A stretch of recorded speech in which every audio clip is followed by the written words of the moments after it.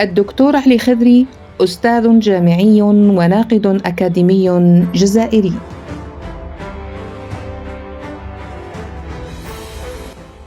برع في النقد وخاض مسيرة علمية طويلة. أثرت أبحاثه ومؤلفاته المكتبات الوطنية والعربية في النقد والأدب.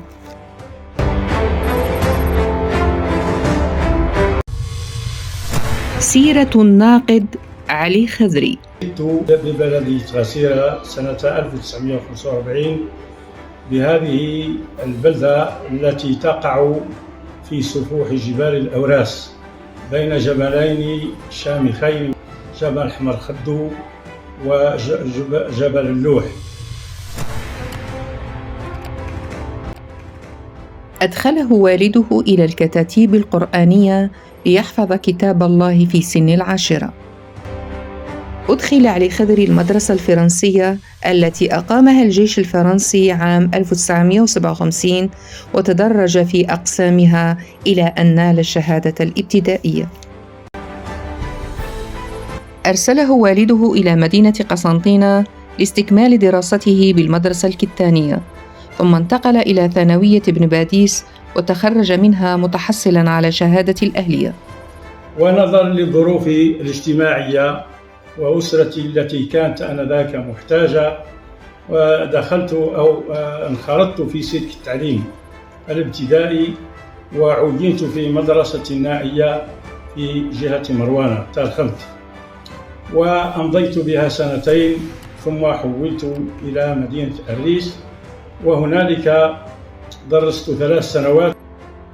عملت بمفردي على إعداد لشهادة البكالوريا، وكانت آنذاك سلسلة أعلام، سلسلة من الكتب الفرنسية تسمى بورداس في كافة المواد التي يعني تهيئ لشهادة البكالوريا.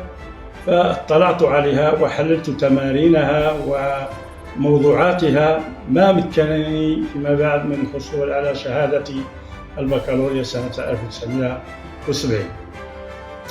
ثم انتقلت كلية الآداب والعلوم الإنسانية بجامعة قسنطينة، ورفقة مجموعة من الزملاء من باتنا، منهم محمد منصوري الله يرحمه، ومنهم عمر حجيج، ومن بو الطيب بودرواله، وبو نوار بن طرسية، وغيرهم من الزملاء الذين رافقوني في هذه الدراسة. وحصلت إثرها على شهادة الليسانس في الأدب العربي واللغة العربية.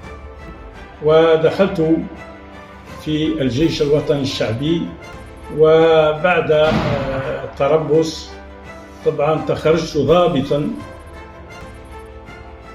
عينت أستاذا بالأدب العربي بثانوية عائشة في باتنا، وهنالك طبعا مكثت 3 سنوات أعد للدراسات العليا، وشاركت في مسابقة الماجستير في قسنطينة ونجحت بها، وأعددت رسالة في النقد الأدبي بعنوان القضايا النقدية في كتابي الكامل.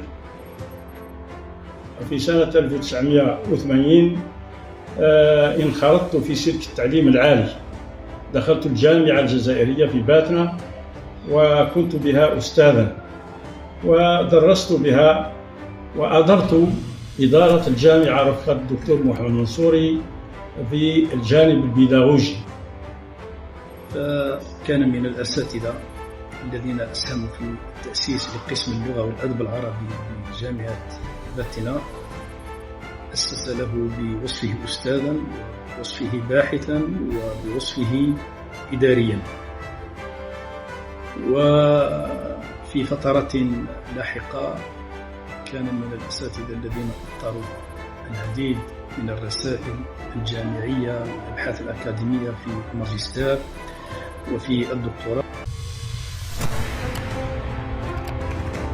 وذهبت إلى ميدان المحاماة، واشتغلت محاميا لمدة 20 سنة في بسكرة وفي باتنا، ثم بعد ذلك انقطعت عن هذه المهنة وبقيت في سلك التعليم الجامعي.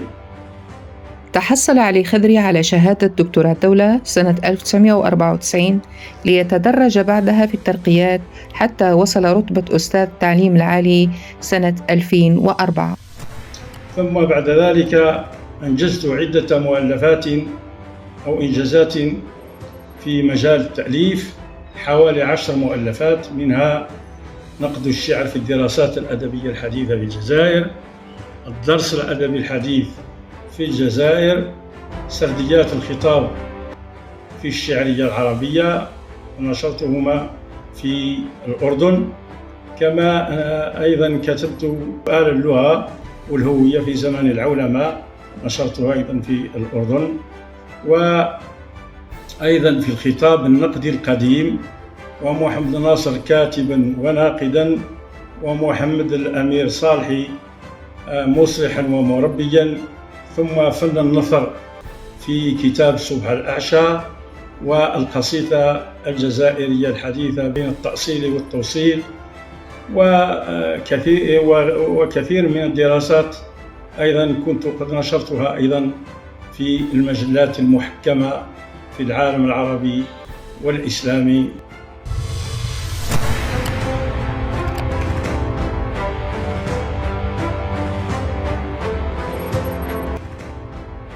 تكريمي في عدة جامعات عربية ووطنية بمناسبة تقديم أعمال علمية في هذه الجامعات، منها مثلا في طهران في إصفهان التي قدمنا فيها مجموعة من المحاضرات، وتم تكريمي رفقة الأستاذ محمد حجازي الذي يعني مثلنا فيها الجزائر. كرمت رفقة الدكتور حجازي أيضا في أندونيسيا على ما قدمناه من أعمال علمية هنالك، وفي لبنان وفي السعودية وفي الأردن وفي السودان وفي باتنا وفي قسنطينة أيضا كرمت بعدة تكريمات في الوطن بصفة عامة. شاءت الأقدار أن تكون مهماتنا العلمية أنا والدكتور علي خضري في الكثير من البلدان العربية والإسلامية، ومما أذكره أننا كنا نسافر إلى المؤتمرات الدولية بدعوات خاصة لي وله.